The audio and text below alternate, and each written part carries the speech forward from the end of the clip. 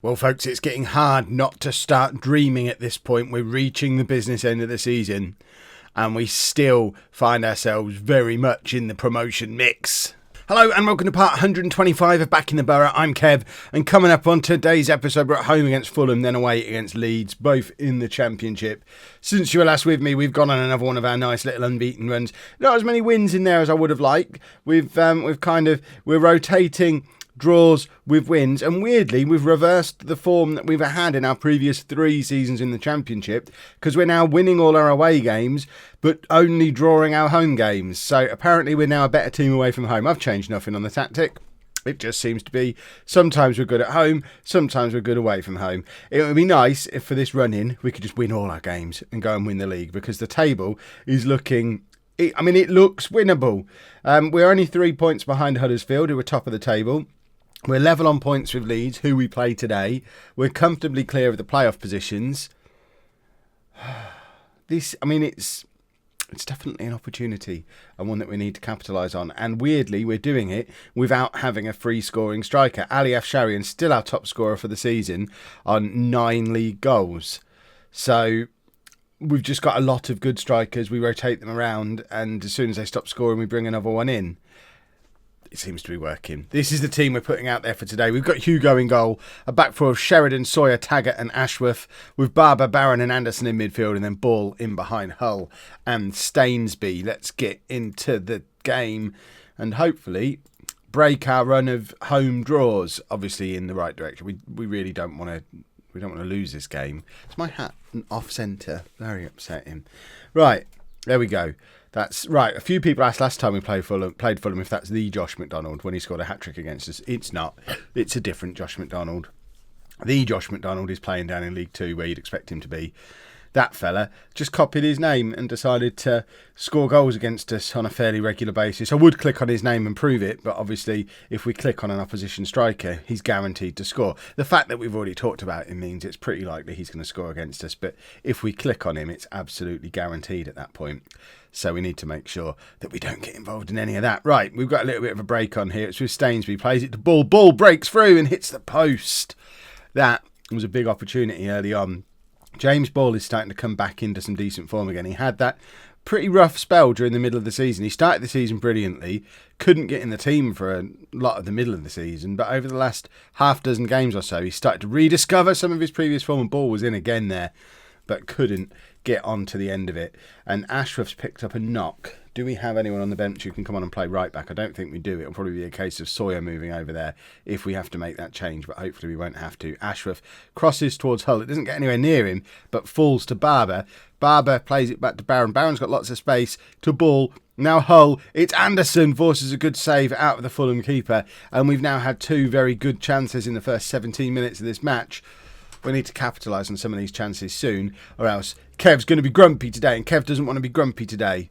I apologise as well, my hay fever's bad. If you're not in the UK, you might not know we're having the weirdest, most ridiculous summer in the history of the world. Not just because of what's going on in the World Cup, but because it's super hot and hay fever is super bad. So I'm sniffling a little bit. I'll try and keep it to a minimum. I apologise profusely. But, at least I'm making videos this week. I'm not just going to put one out, say I'm back, and then not do any more. We're in for the full week this week, unless, my nose falls off or something. If you don't know why I missed a couple of weeks of videos, check out my vlog channel. It's all explained over there. It shouldn't happen again anytime soon. Anderson now to Ball. Ball, big ball over the top to Stainsby. Stainsby is in. I think that's an own goal. I don't care, though. It counts, and it is an own goal. Shota Takahashi with the slide tackle on Stainsby. Stainsby was causing all kinds of trouble here. It was a fantastic pass from Ball, I think it was. Anderson plays it into Ball, who just, that's perfect. As passes go, that is perfect. Stainsby was in, and I think if that's not an own goal, you've got to be asking for a red card, because it's a tackle from behind that floors Stainsby, and he obviously won the ball and scored the own goal, but if he misses the ball there, it's a free kick, it's a red card. So I guess he got off lightly by scoring the own goal. I don't really know what he was thinking. There wasn't really a positive outcome for that defender from what he attempted to do there. And Fulham with a wild miss. We need to re-establish our control on this game. We were looking good early on, and then they got their little breakaway goal. and it's kind of gone a little bit end to end, and I don't like it. We want to control it again. Right, it's Hull with another break, and it's James Ball. Only two men to take on. He beats one of them, crosses to Anderson, and Anderson scores. James Ball is back, and as of right now, we are top of the Championship with only 10 games to go. If it finishes as it is right now, and that would be a mad situation to be in. James Ball, though, he's benefiting from having his mid-season rest. He had a winter break this year after playing pretty much week in, week out for his 11 years at the club now, however ridiculously long amount of time he's been here. He's certainly into his 30s at this point, and presumably will finish his career with us because he's not showing any signs of not being up to our standard anymore. So we might actually get our second testimonial of this. Say we had the Sir Tom Elliott testimonial a few seasons ago with the return of Luca Ercolani and a few others, and I'd like to think James Ball's going to get himself a testimonial as well. It's always sad that Joe Anderson didn't get one, but he was just too young when he signed, too young when he left. But as long as Ball can stick around, he's in his 30s now, I feel a testimonial in his future. Anderson with the free kick falls to Barber, and it's forced wide by their keeper. That was our fourth clear-cut chance of the game. We've only scored 2 of them. We need to be a little bit more prolific because Fulham is still absolutely in this game at the moment, and they've switched to the exploit 3 up front. A bunch of cheats. How dare they? And they are coming at us now, but Ball is there again because James Ball is playing in all of the positions today, and it's with Hull. Hull's had a quiet game, and again, showing it there. Nothing really coming from that move because it went through Sean Hull. But Fulham are now on the attack again, and Hugo collects. This has been quite a long end-to-end highlight. These ones usually end with a goal. Hopefully, it's going to end with a goal for us. Ball, it falls to Ball again. I've said Ball so many times in the last 10 minutes. Sean Hull is there. And I thought that was saved, but it's gone down as a goal kick, and the highlight does eventually end. Although we pick it up again straight away from the resulting goal kick. And now it's Fulham with the attack. They're in behind us, and Hugo makes a good save. And we're going to go back up the other end. Now, this is like a basketball match. We are literally running up the other end, having a shot. The other team runs up. They have a shot, although they've intercepted this one. They're coming through again, and it's a sweaty FIFA goal. What just happened there? That was horrible. That sort of thing shouldn't be allowed in Football Manager. And we're back down to second in the league. Huddersfield, I guess, either not playing or are just sat there drawing their game, not really worrying about what's going on anywhere else. But, I mean, that's dirty. That is properly dirty. That should not be allowed. Yeeks. Right. Half an hour to get ourselves back into the game. Hull, I think, is going to be coming off now because he's not done anything at all other than miss a couple of good chances. So let's get Hull off. We've got Ruggles, Afsharian, Fisher and Wheatley all on the bench as options. We'll bring Ruggles on as our first port of call. Sheridan's not having a very good game. Nathan Ashworth isn't either, and he's injured. But we just don't have anyone who can come on for him. We've got O'Brien who can come on for Sheridan. I think we're going to bring on another striker as well. We're going to bring on top scorer Afsharian. So we're going to go Ruggles and Afsharian for the last 25 minutes to try and get a breakthrough and grab a winning goal. Although it's us defending first up, and Hugo makes another good save. Fulham are starting to create a few more chances. They are properly back into this game at this point. And of course, because we made our triple substitution, 3 minutes later, we get an injury to just ruin the game for us. Just ruined. We haven't got a chance now because, I mean, what are we supposed to do here? Seriously, what are we supposed to do? We have no one who can drop back and play in that position. Ashworth can play there, but we have no one who can go back to right back. I mean, it's just so stupid. So stupid, and now we're going to lose. All because I decided to throw Afsharian on as well and try and win the game. Right, here's Anderson. Ball forward to Afsharian. Can he win us the game? It's straight at their keeper. Another clear-cut chance goes begging. That's 6 clear-cut chances we've had now for just 2 goals. And whereas Fulham have converted both of their clear-cut chances.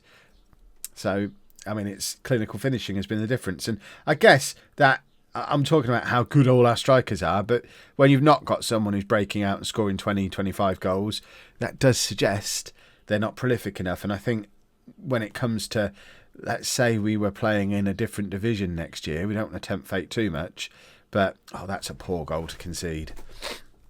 Our strikers aren't going to be good enough for the Premier League. And Lee Hugo is beaten at the near post a little bit too often. He makes a lot of spectacular saves, but a little bit too often he's beaten exactly like that. And he's got to do better there. Look at that. That's rubbish. Ah. And now we're down to 10 men trying to chase the game. And we could.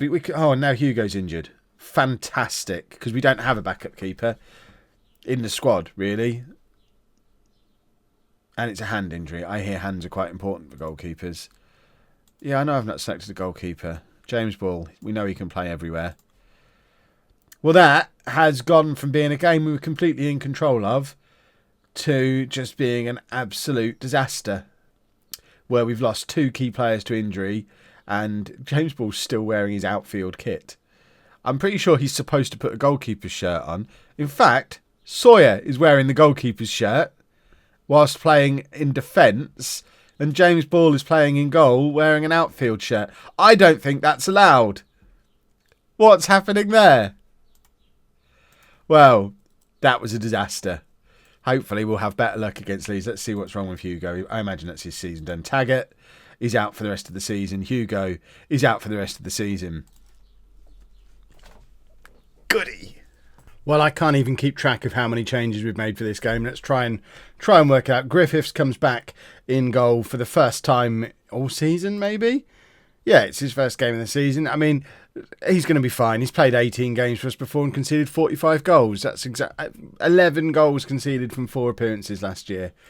He's the man to keep goal for us for the rest of the season as we try and make it into the Premier League. Brandon Hughes is going to be playing at centre-back. He's only played 5 games for us previously this season as well. Both King and Taggart are both injured. King is injured and suspended, which is... I mean, that's impressive work. O'Brien comes in at left back. Anderson picked up an injury as well, so he's had to drop out of the midfield. Lenton is only fit to play half a game, but we don't have much in the way of midfielders left. So I just don't know. Richardson comes in for Ball. Ruggles comes in for Hull. And I mean, it's basically a completely different team, which I guess is fair enough. We lost the last game, so perhaps this... You can see I have a chair. That's no good. There's a fly in here. It's been in here for about the last 20 minutes. I'm just flailing my arms around the room trying to kill it. Or just get it out of here. If anyone knows how to get rid of a fly, let me know, because it is doing my head in. Right, that chair's in the way. Here we go. It's flying in front of the light now. This is almost as bad as the time when Clive was in here and I just spent an entire video watching him walk around the room. We've now got Clive is back as a fly and he's decided to ruin me. If you don't know who Clive is, someone will let you know down in the comments, I'm sure. Right, we need to win this game because Leeds... Well, we were 2nd and 3rd at the start of the episode. We're now 4th and 5th. So obviously we both had pretty disappointing outings in our last matches. Sam Griffiths showing why he's such a hero. I mean, look at how he handles this cross. This is going to be it for the rest of our season now. We no longer have any chance of getting promoted. I would be surprised if we even made it into the playoffs because we've got to play without a goalkeeper. This will show you just how good Lee Hugo is because that was terrible from Griffiths. But then he puts the icing on the cake by not even trying to make the save when they have the shot as well. So we're trying to have that muppet in goal with a makeshift defence in front of him. It was fun while it lasted. Remember that moment like 5 minutes ago when we were top of the championship with 10 games to go? That was a nice moment. I think that's as close as we're going to get this year. Can we sign an emergency goalkeeper? I think we we'll take that. I was going to say I think we can make a case to the FA that Griffiths isn't a goalkeeper, so we should be allowed to sign another one on loan. But I think the fact that Leeds have a keeper who's just done this is going to make that case a little bit harder to make because he's looking the wrong way. Oh, wow. That's one of the worst own goals I've ever seen in Football Manager. That was pretty special. It might be one of those games today where the goalkeepers aren't great. I mean, that's unusual for FM18.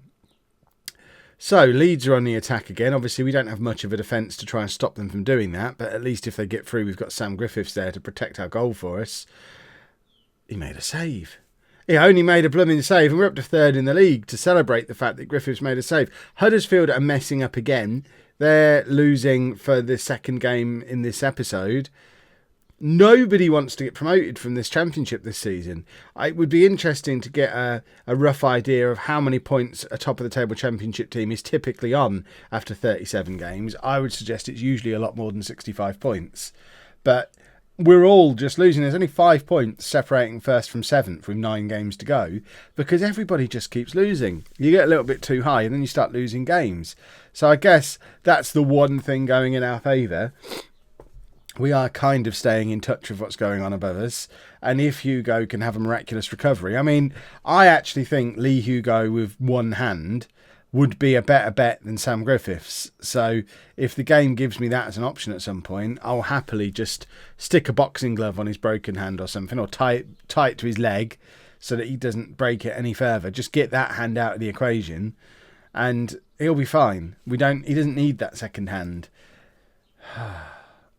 We've struggled to get enough shots on target today. Well, that's the least of our worries. Although looking at this, Griffiths has been the best player on the pitch. Stainsby and Ruggles haven't turned up at all. We have got Wheatley, Hull and Afsharian all on the bench.